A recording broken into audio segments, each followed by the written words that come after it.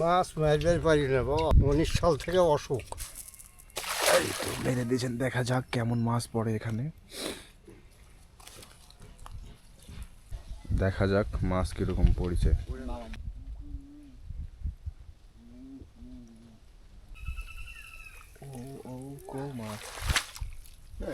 ও মাছ আছে, মাছ কয়েকটা খালি যাবর।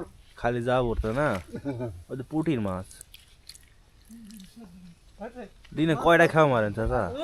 একটা দুটে কি পুঁটি গুলা দেখান দিনে এটি ক্যামেরাত পুঁটি লাগে। খলছে না? হ্যাঁ, সেই চাচা আজকে ঠান্ডা কেমন লাগছে আপনার?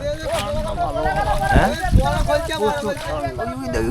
দেখতে, হ্যাঁ প্রচুর ঠান্ডা বাবা। প্রচুর ঠান্ডা।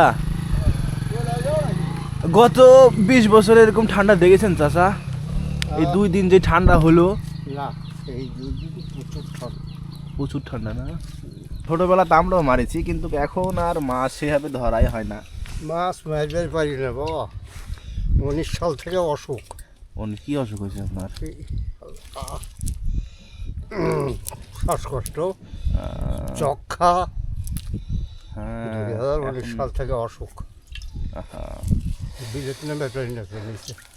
তো আমরা দেখতে পাচ্ছি এখানে কিছু কিছু মাছ পড়েছেন, খুব একটা মাছ ওঠে নাই।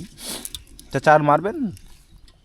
না, এক হাত খাওয়া হয় নাকি, না হলে আর এক হাত খাও মারতে পারেন। তো এবারে অত মাছ উঠে নাই, তাও যা উঠেছে আলহামদুলিল্লাহ ভালোই।